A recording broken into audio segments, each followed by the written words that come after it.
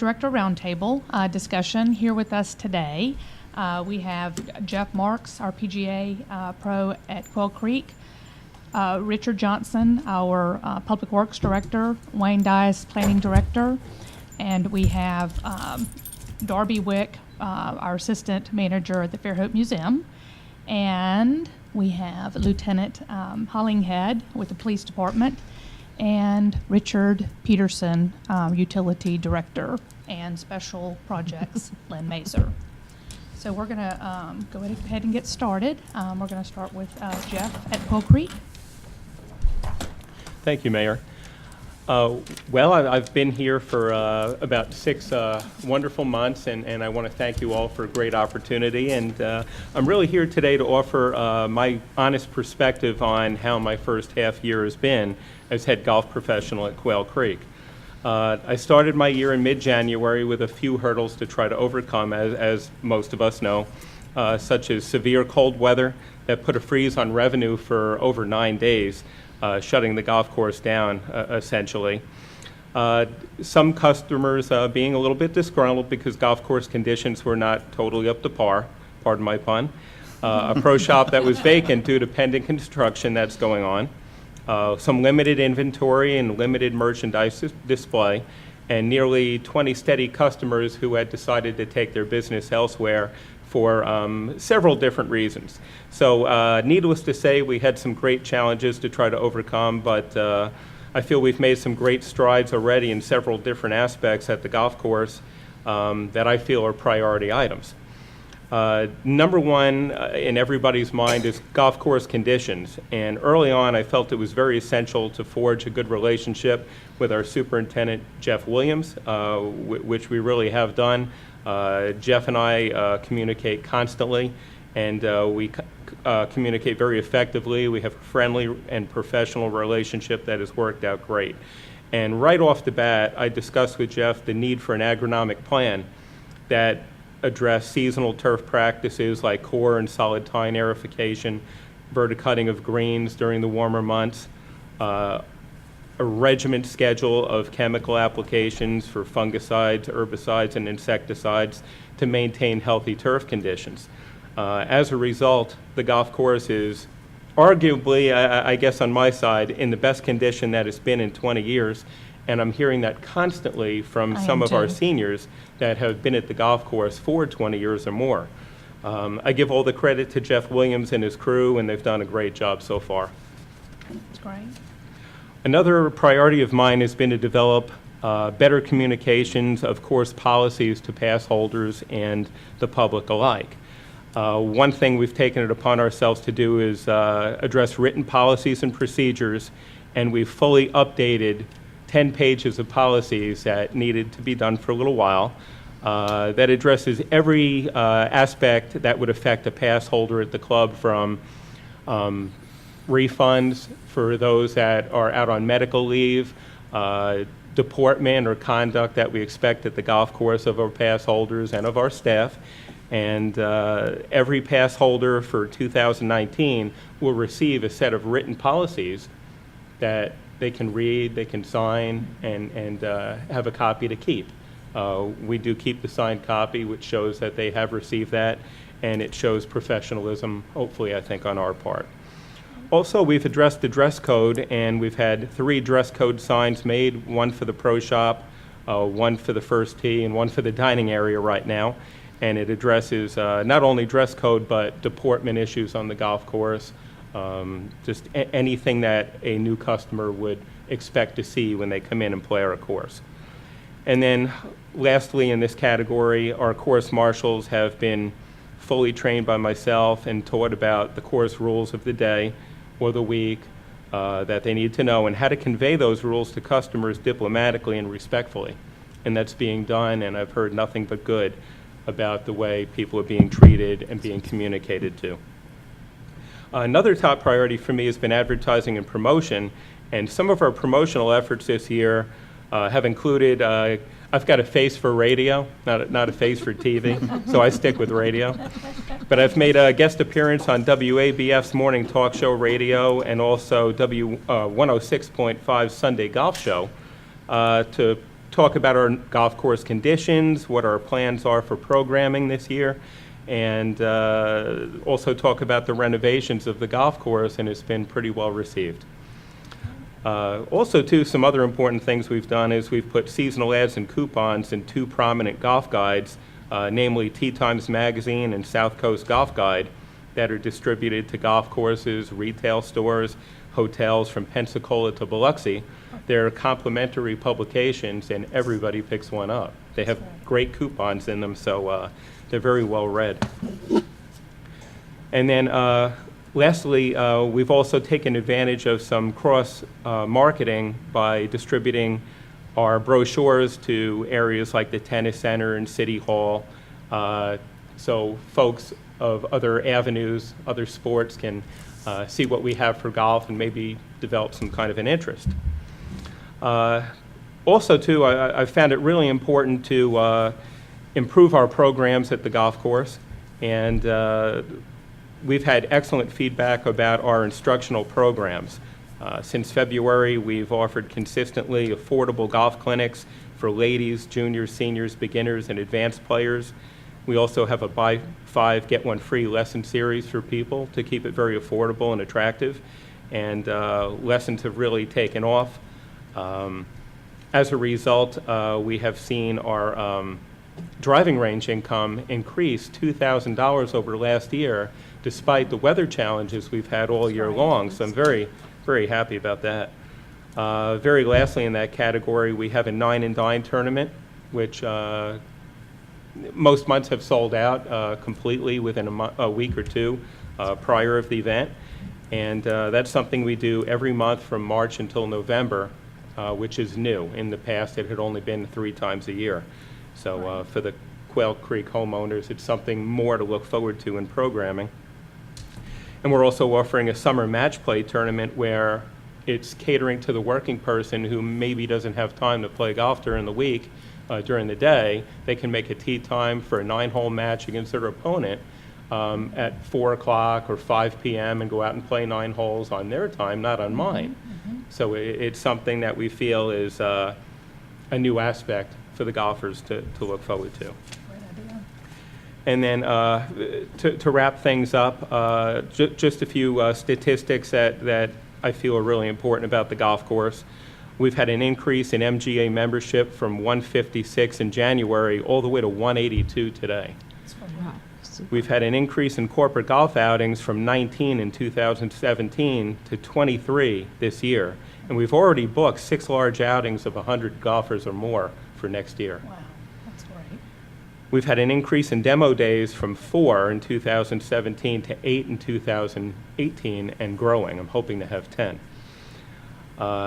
Our current pass holder count, I'm happy to say, is 282 at this point in time.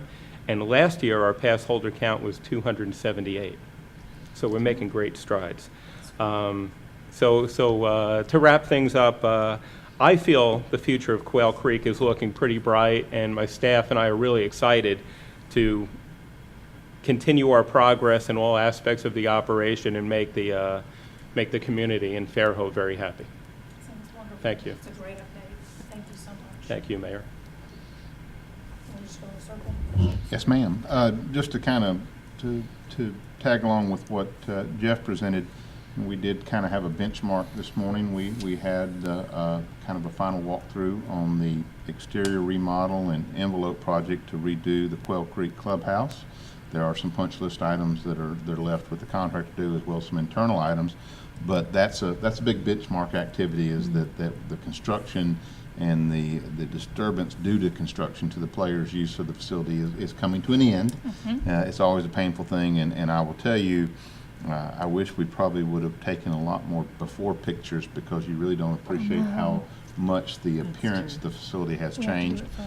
I know the next step is the inside, freshening up and remodeling and things of that nature, but I'm happy for Jeff and his team that they're going to at least have a little nicer home to work out of, and excited about that.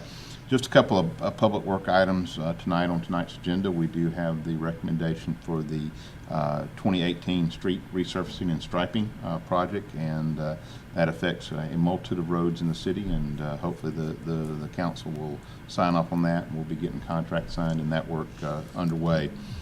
Probably something that was important to me is we will open tomorrow the bids on the replacement of the south bathroom at North Beach Park.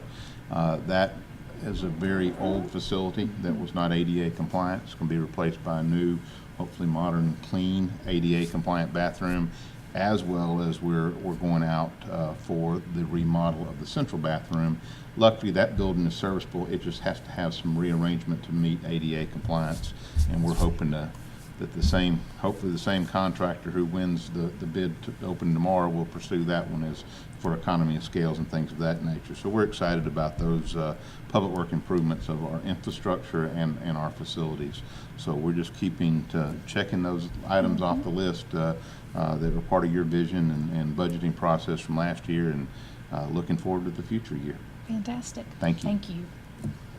All right, I'll be brief. I know we got a big agenda today, but I will tell you that we did fill the position we had open, the planning tech position. That person is starting the 20th. We're excited about that. It'll give us some extra bandwidth and capacity in the department, and will help out with some of the site plan reviews for actual home construction, which is a big issue for us right now. So we're happy about that. We are moving forward with the visual preference survey, which is I think is going to be an interesting and very impactful exercise, where we'll get to hear about what people like rather than what they don't like. We hear a lot about things they don't like. This will be a chance to, through visual presentation, to see what people do like, what they do find acceptable, which will help us with our long-range vision and our long-range plans for the city. So we're excited about that. Other than that, we're still moving along. We've had some pretty heavy agendas for the Planning Commission. We've got some large projects that are ongoing throughout the city. We've got several projects that are in the discussion phases. So the development activity is brisk. We are, again, I can assure you we're doing a very, very thorough review. I do appreciate Richard Johnson's assistance and Richard Peterson's assistance and Eric Cortinez. Anytime you review a project, it is a joint effort. We all have input, and we all do meet and provide the applicants the input they need to move their projects forward, but at the same time giving a very, very thorough and diligent review and ensuring that they are meeting our requirements that we have. So we're excited about that, and that's been a good process as it's worked through.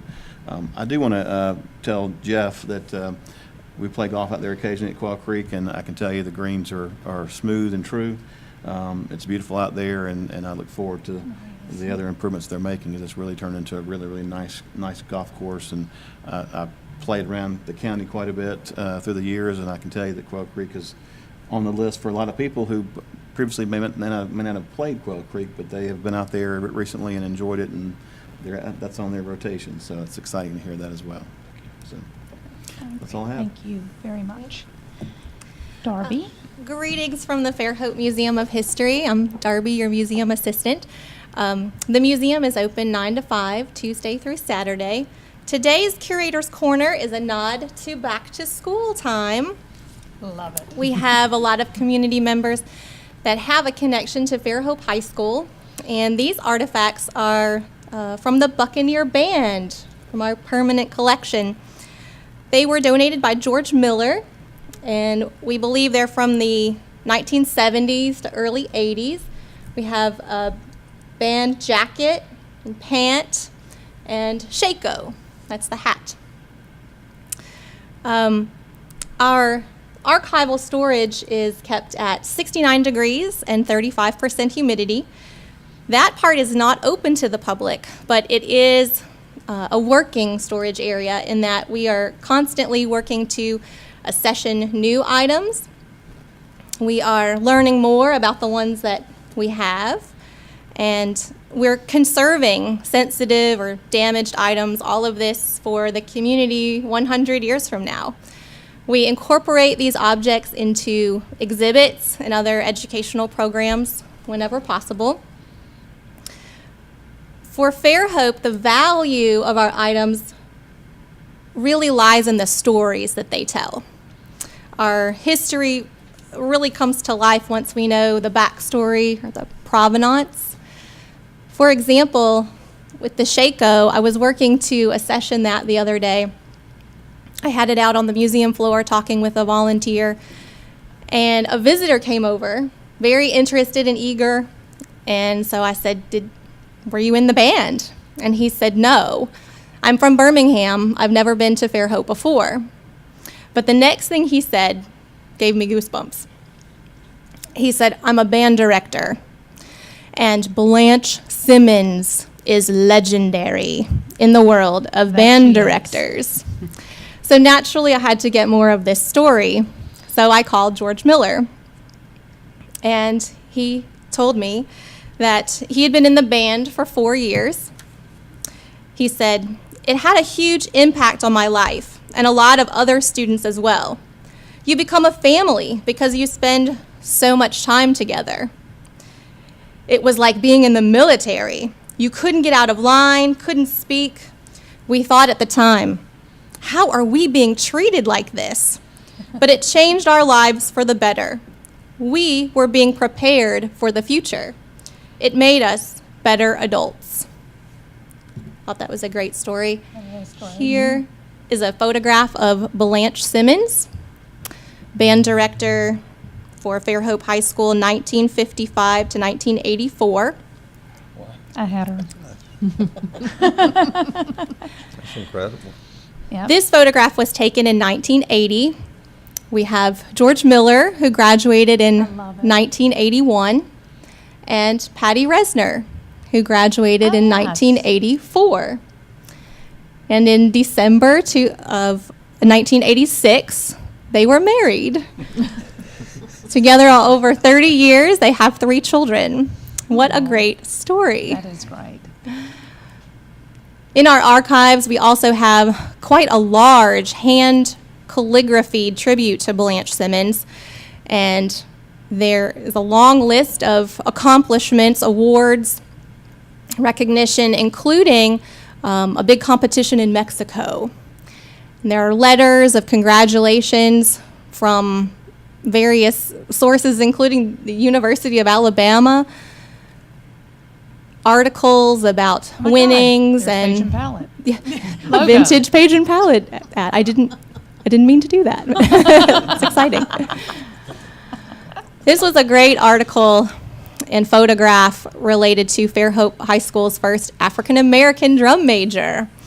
Nice. And there's no date on the clipping nor the photograph, but we're going to place this around the 1970s until, like I said, we're always learning more, so we may get a date on this sometime in the future, but it talks about Calvin Daughtry, the drum major, and how difficult it is to be a drum major and his success. And I thought this was a great quote at the end, and to me it sounds very, very 70s. He says, I've tried to not let it get to my head.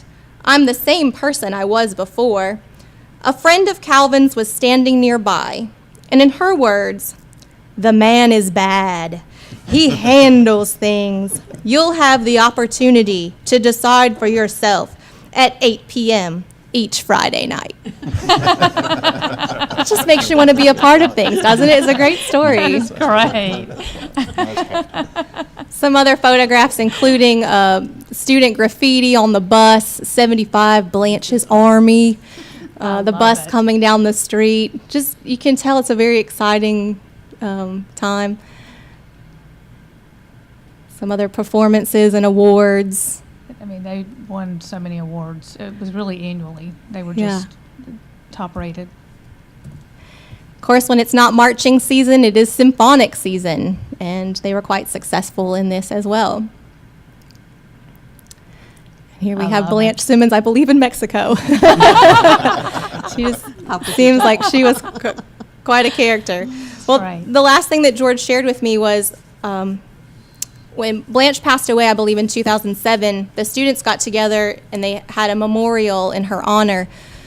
And he said it was a great reunion where hundreds of alumni turned up, and the students who couldn't attend the event wrote in stories, and they talked about the impact that Blanche had on their lives, how she even took students who weren't strong academically or behaviorally and channeled their talents in other ways. We have a story in the archives now from a former student who said that he was having trouble at home, and Blanche mentored him and tried to keep him from dropping out of school, and he remembered that. George said that several students brought their instruments and played them, and he shared that one band member recently retired as drum major for the U.S. Army Band. Wow. So there are so many stories here. These are just a few. And George said if we ever decide to do an exhibit at the museum, that would probably have a great turnout, and the alumni would love to have another reunion. So the last thing I'll say is today's news may line tomorrow's waste can, but it always makes for a great story at the Fairhope Museum of History. Fantastic. Nice. Very Thank you nice. so much, Darby. Great story. We'll start having her last. Sorry. Yeah, thank you. I wish I had something that interesting. And for those of us that were teenagers in the 70s, bad was good. You're right. Well said. You're absolutely right. Well, I want to echo what Wayne said with Jeff, and I've played the course several times, maybe over the past 6 months, and it's improved dramatically in that period of time, and even I think my iron play has gotten better because of it, so I thank you for that. Glad to hear that. Well, that's one of my goals, and you gave me some direction in that, which I appreciate too. And the museum, what a great story, the band director and the career she had there. My story's a lot less than that. I will say that infrastructure-wise, we had a pre-construction meeting at the library, and that envelope repair work is getting started now. Hopefully it'll be, the schedule is to have it finished just after the first of the year. And so we're asking for a lot of patience from the patrons of the library, that there will probably be some noise and there'll be some inconvenience. And we're going to try to work through, I think the film festival uses the Giddens Media Center there, and we'll hope to, the contractor will respect that, and we hope to have a smooth construction. But it will be started, and it will be significant. When we're all said and done, the entire outside of the library will be cleaned and pressure washed and refinished, so it'll be spick and span and polished like new, and we're proud of that. Tonight there's another item on the agenda for the soffit repair work at the rec center pool building. It's been a little while in getting it to this point, but we feel good about the contractor, we feel good about the price, and we feel good about moving forward with that. We'll hopefully get some positive reply from the council on approving that tonight. On a negative note, this morning I've spent most of the morning talking to the bonding company for the contractor of the tank painting project. There are some options out there. We're waiting to hear back from the bonding company now after they have a meeting or conference call with the contractor to see, what they can do to give us some confidence that they can finish it sooner than later. There are some other options to go forward if we're not comfortable with the outcome of their meeting, so we're working on that as well. And that's been pretty much keeping me busy. Wayne has talked about some of the planning that has taken place with some pretty big developments, and a lot of them are out 104, some of them a little bit east of 181, some of them a little bit west of 181, but all of them at this point we feel like we'll be trying to take advantage of our utilities, and we part of the transmission upgrade to phase one that we're working on now with the consultants we have in place, get us out to about Greeno Road. And we have phase two that will fall behind that, and timing to get those projects done, will be critical to us in being able to manage those developments and work with them to the point that they're able to move forward without any hiccups in terms of utility availability. So we're hopeful that we can keep some momentum moving and get some projects moving forward to serve those developments. And we'll continue that same process going south and going north toward the Rock Creek area too. So it's a pretty big puzzle to put together, and we're trying to work on that and manage that project in some kind of an economic fashion, although it's difficult to project budgets when the entire definition of a project is not fully developed at this point. So, but we're working on it, and if everybody will be patient with us, hopefully we'll have some improvements that we can all be proud of. That's all I've got.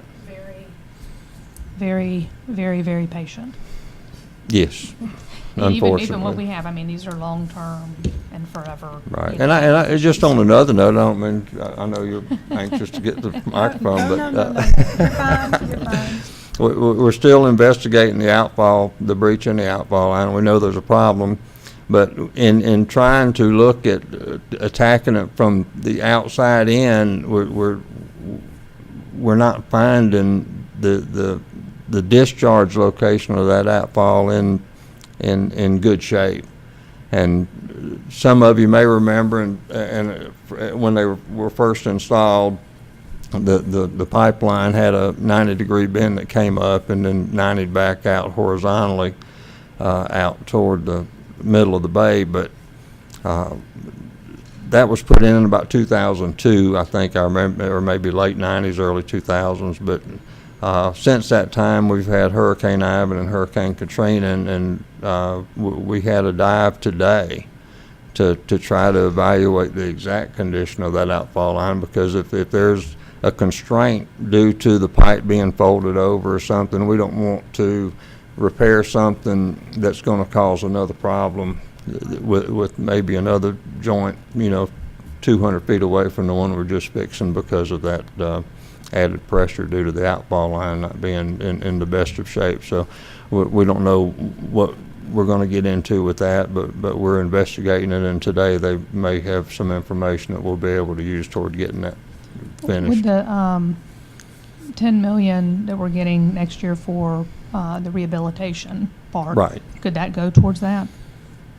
And I haven't seen that process for applications for that money yet, and if there's some definition and rehabilitation. That's what we're going to create. It could. Yeah. But, and hopefully it will, but. Because we can make it even go further. And I don't know if how we needed quick to. that money will be available. Will they be able to refund us on money we spend? Do you know if they've gotten to No. that point? No, that's why, but if we wanted to, like you said, redo it, so we're not looking at other joints that could potentially. Yeah, now to redo that outfall system would be a pretty expensive, I mean, and from the other information you gather from the coastal experts like Dr. Douglas, they would suggest that 3,000 feet's not quite far enough to That's get what I was saying, past is get it further And out. so you start talking about moving it maybe a mile and a half or 2 miles out, and it just, takes We should look at that. more money for to this. do. Yeah. And maybe modeling Mobile Bay in general would be an opportunity to look at where some eddy currents exist that may, be part of the problem that we find with higher bacteria levels in the Fairhope area. Maybe the little cove that exists between where Rock Creek discharges and where Point Clear is, maybe there's an issue there that does suggest we should try to move as far out as we It's a can. great idea. But until we have modeling, until we Right. have harder data to base any decision on, I don't know that we can move forward with that at this point in time. Of course, where we've got the discharges, where ADEM has modeled, the discharge from a diffusion standpoint anyway. So getting it fixed as it is would I think would be a pretty big step. Mm-hmm. Oh, yeah. So that's our goal now. Right. Thank you. Now that is all I have. Thank you. Thank you. Lieutenant Hollinghead? Well, everybody knows this is going to be a busy week for us. We've got Wednesday starting school, and speaking of patience, we hope everybody has patience. We're going to have a heavy presence in the schools for the first couple of weeks, the beginning weeks of the school year. So we will have officers inside and outside, pretty heavy, as much as everybody's on deck. So we're getting ready for the walking school bus. That's another thing, I think, with the construction and everything, that's kind of thrown us, for a loop. Have So they we've got a moved that little- to the Faulkner, the They coastal? have. Okay. They have moved that to the Faulkner, and we're, Gotta add 5 minutes to the walk. Yeah, well, least. that's but, just 5 um, minutes of more exercise. That's it. Yeah, but we're excited for school to get started. We're excited to get this year going. As on the agenda, another thing that the department's really excited about is the new process. The department's going through some changes with the Chief Pettis retiring. One of the things on the agenda was the process. So we're all excited to hear about that, so that we can get moving on that. I wanted to say thank you to you and Richard Johnson for sending that email out on the utility Right. issue. I know I've been talking with Jeff. I just was talking to him today, and y'all getting that addressed, that will really, really help out in dispatch once y'all become, y'all get that down. That way we can better serve not only y'all, but the citizens. So I do appreciate that very much. And other than that, I want to reiterate the patience, just because thing is, it comes along every year. Yeah, and but after it's hours like it's the calls first are one of those time. things that's either all or nothing.